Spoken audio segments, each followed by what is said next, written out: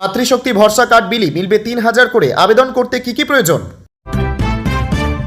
আমি নয় আমরা সংকল্পপত্রের প্রতিশ্রুতি দ্রুত বাস্তবায়ন করে সোনার বাংলা গড়ার বার্তা শুভেন্দুর। জল্পনায় সত্যি হলেও প্রথম বিজেপি সরকারের মুখ্যমন্ত্রী হচ্ছেন শুভেন্দু অধিকারী। জিতেই কাজে নেমে পড়লেন। আচমকা হাসপাতাল ভিজিট বিজেপি জনপ্রতিনিধির, গিয়ে যা করলেন। মমতা না থাকলে যেসব শব্দ থেকে বঞ্চিত হতো বাংলা। বাংলায় এবার চালু হবে আয়ুষ্মান ভারত। কারা কারা এই প্রকল্পের সুবিধা পাবেন জেনে নিন সব ডিটেলস। আমি নই আমরাই বিশ্বাসী শুভেন্দু। শপথের আগে করলেন কি শপথ? অন্নপূর্ণা ভান্ডারের ফর্ম বিলি করতে গিয়ে আক্রান্ত বিজেপি কর্মী। তারকেশ্বরে গ্রেপ্তার ৬ তৃণমূল কর্মী। সব ঘুষপেটিয়াকে খুঁজে খুঁজে তাড়াবো, শুভেন্দুকে মুখ্যমন্ত্রী ঘোষণা করে দেশ রক্ষার বার্তা শাহের। জল্পনার অবসান, বাংলার মুখ্যমন্ত্রী হচ্ছেন শুভেন্দু অধিকারী, থাকবেন না কোনো উপমুখ্যমন্ত্রী। শুভেন্দুদা আপনার ঘরে ঢুকে হারিয়েছে, মমতাকে কটাক্ষ অমিত শাহের। বঙ্গ জয়ের জন্য শুভেন্দুকে অভিনন্দন। বঙ্গবন্ধু কন্যা শেখ হাসিনার কি বার্তা এলো? বিজেপির কোনো দায় নেই সংখ্যালঘুদের উন্নতি করার, মন্তব্য দিলীপ ঘোষের। বেকার ভাতা ৩,০০০ কোথায় মিলবে? যুবশক্তি কার্ড কিভাবে করবেন আবেদন? শ্যামাপ্রসাদ যেখানেই থাকুন মোদীকে আশীর্বাদ করছেন, বঙ্গ জয়ে আবেগে ভাসলেন শাহ। অবশেষে হাত বাড়ালো বামেরা, জাদু সংখ্যা ছুঁয়ে ফেললেন বিজয়, বাধা নেই শপথে। সরকার বদলে নার্সিংহোমে নিচ্ছে না স্বাস্থ্যসাথী কার্ড, দুর্ভোগে ক্যান্সার আক্রান্ত থেকে জরুরি অ্যাঞ্জিওপ্লাস্টি পেশেন্ট। সংখ্যালঘু উন্নয়ন দফতর নিয়ে বড় ইঙ্গিত দিলীপের, মমতা সম্বন্ধে কি বললেন তিনি? মুখ্যমন্ত্রী পদে শপথের আগেই বড় হুঙ্কার শুভেন্দুর, খুলবে সব দুর্নীতির ফাইল। শপথ গ্রহণের দিন কি ঝড় বৃষ্টির আশঙ্কা বাংলায়? কি বলছে হাওয়া অফিস? বিপদে পাশে দাঁড়িয়েছিলেন, এবার শুভেন্দু মুখ্যমন্ত্রী হতেই শুভেচ্ছা হাসিনার। এতক্ষণ শুনছিলেন সংবাদ শিরোনাম, এবার আসছে বিস্তারিত খবরে। ভিডিওটি ভালো লাগলে লাইক করুন এবং আমাদের ইউটিউব চ্যানেলটি সাবস্ক্রাইব করুন। শপথ গ্রহণের দিন কি ঝড় বৃষ্টির আশঙ্কা বাংলায়? কি বলছে হাওয়া অফিস? ঝড় বৃষ্টি চলছেই, এখন সবার মনে প্রশ্ন, কেমন থাকবে শপথ গ্রহণের দিনের আবহাওয়া? জানিয়ে দিলেন আলিপুর আবহাওয়া দপ্তরের আঞ্চলিক অধিকর্তা হাবিবুর রহমান বিশ্বাস। কি জানালেন তিনি? শপথে ভাসবে বঙ্গ। জানা গেল শনিবার নতুন মন্ত্রিসভার শপথের দিন বৃষ্টির সম্ভাবনা রয়েছে কলকাতায়। বজ্রবিদ্যুৎ সহ বৃষ্টির সঙ্গে ৪০ থেকে ৫০ কিলোমিটার গতিবেগে দমকা ঝোড়ো বাতাস বইতে পারে। সকাল থেকে মেঘলা আকাশ, কখনো আংশিক মেঘলা আকাশ, দুপুর থেকে রাতের মধ্যে বৃষ্টির সম্ভাবনা বেশি থাকবে। বজ্রবিদ্যুৎ সহ বৃষ্টি, ঝড়। দক্ষিণবঙ্গে রবিবার পর্যন্ত বৃষ্টির সম্ভাবনা। বজ্রবিদ্যুৎ সহ বৃষ্টির সঙ্গে দমকা ঝোড়ো বাতাস বইবে, থাকবে বজ্রপাতের সম্ভাবনা। শনিবার ঝড় বৃষ্টির সম্ভাবনা বেশি। কালবৈশাখীর সম্ভাবনা পূর্ব ও পশ্চিম বর্ধমান এবং পুরুলিয়া ও বাঁকুড়া জেলায়। উত্তরবঙ্গেও শনিবার পর্যন্ত ঝড় বৃষ্টির সম্ভাবনা থাকবে। আজ শুক্রবার মালদা, উত্তর ও দক্ষিণ দিনাজপুরের ঝড় বৃষ্টির সম্ভাবনা বেশি থাকবে। সব জেলাতেই বজ্রবিদ্যুৎ সহ হালকা থেকে মাঝারি বৃষ্টি সঙ্গে বিক্ষিপ্তভাবে ৩০ থেকে ৫০ কিলোমিটার গতিবেগে দমকা ঝোড়ো বাতাস বইবে। স্বস্তি আগামী সপ্তাহ থেকে। আগামী সপ্তাহের শুরু থেকে বৃষ্টির সম্ভাবনা কম থাকবে। সোমবার থেকে বুধবারের মধ্যে তাপমাত্রা বৃদ্ধির সম্ভাবনা। রাজ্যে গরম ও অস্বস্তিকর আবহাওয়া তৈরি হতে পারে। সংখ্যালঘু উন্নয়ন দপ্তর নিয়ে বড় ইঙ্গিত দিলীপের। মমতা সম্বন্ধে কি বললেন তিনি? বাংলায় সার্বিক উন্নয়ন প্রয়োজন, তাই প্রতিটি দপ্তর অত্যন্ত গুরুত্বপূর্ণ। দলের শীর্ষ নেতৃত্ব এ ব্যাপারে চূড়ান্ত সিদ্ধান্ত নেয়। আমরা কর্মী, আমাদের ভোটে লড়তে বলা হয়েছিল, আমরা লড়েছি, জিতেছি। সামনে একটা বড় মিশন, আমাদের সবাইকে সেই মিশন সাকসেসফুল করতে হবে। কার বক্তব্য? দিলীপ ঘোষের।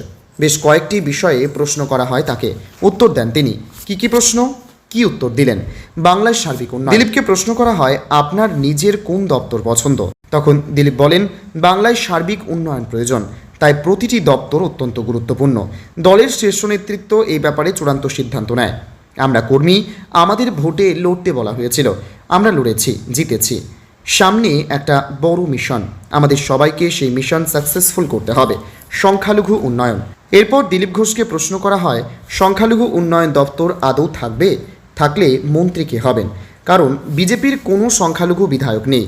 দিলীপ চাঁচাছোলাভাবে বলেন, সংখ্যালঘুদের যথেষ্ট উন্নয়ন হয়েছে, আবার কি উন্নয়ন হবে? আমাদের লক্ষ্য সবকা সাথ সবকা বিকাশ। বিগত বছরগুলিতে শুধু সংখ্যালঘুদের উন্নয়ন হয়েছে, অথচ তারা গরিব, তারা অশিক্ষিত, তারা ক্রিমিনাল। বিজেপির কোনো দায় নেই সংখ্যালঘুদের উন্নয়ন করার। ওরা আমাদের ভোটও দেয় না, আদিবাসী উপজাতি।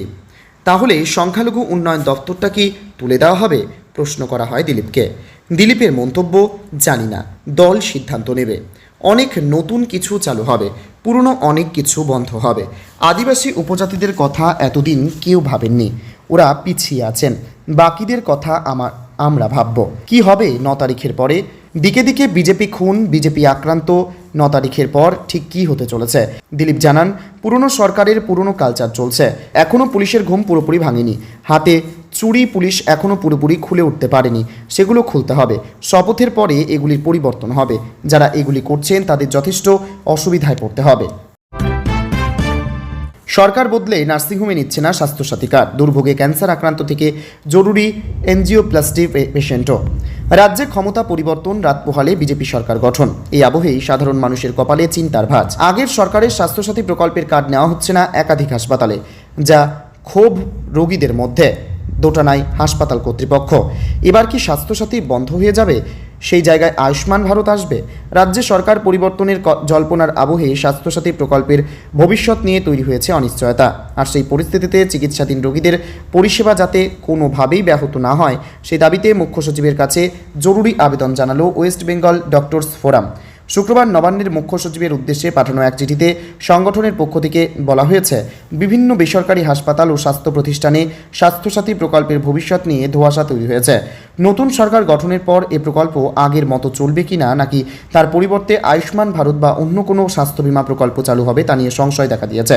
সংগঠনের দাবি, এই অনিশ্চয়তার প্রভাব পড়ছে গুরুতর অসুস্থ রোগীদের ওপর, বিশেষ করে নিয়মিত হোমোডায়ালিসিস ও রক্ত সঞ্চালন নির্ভর রোগী, কেমোথেরাপি ও রেডিওথেরাপি চলা ক্যান্সার আক্রান্তরা, heart attack, cardiac failure, angioplasty সহ জরুরি হৃদরোগ চিকিৎসার রোগী, ট্রমা ও অন্যান্য জীবন সংশয়ী অবস্থায় রোগী। স্বাস্থ্যসাথীর আওতায় ইতিমধ্যেই ভর্তি বা নির্ধারিত অস্ত্রোপচারের রোগীরা।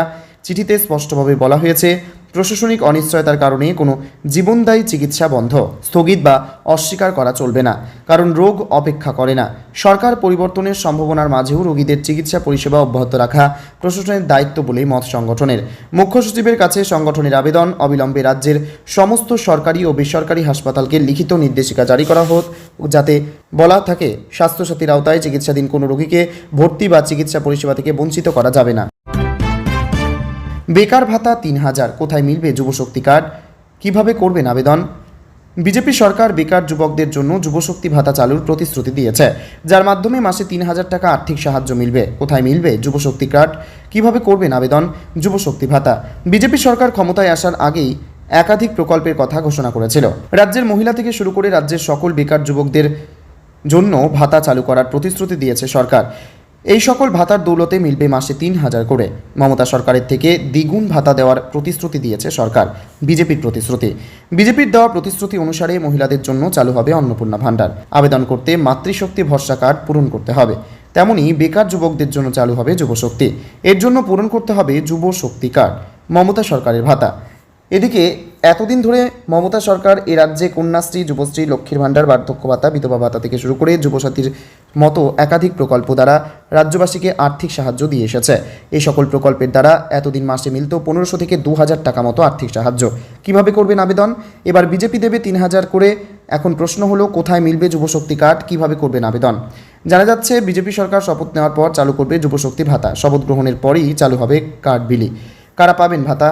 এখন প্রশ্ন হলো, কারা পাবেন এই ভাতা? জানা যাচ্ছে, সমাজের সকল বেকার যুবকদের এই ভাতা দেওয়া হবে। তাদের ব্যাংক অ্যাকাউন্টে পৌঁছে যাবে 3000 টাকা। সম্ভবত চাকরি পেলে এই ভাতা বন্ধ হয়ে যাবে, সরকারের ঘোষণা। আপাতত সরকারের পক্ষ থেকে স্পষ্ট করে জানানো হয়েছে যে কখন বিলি করা হবে যুবশক্তি কার্ড কিংবা কিভাবে করতে হবে আবেদন, সবই জানা যাবে সরকার গঠনের পর।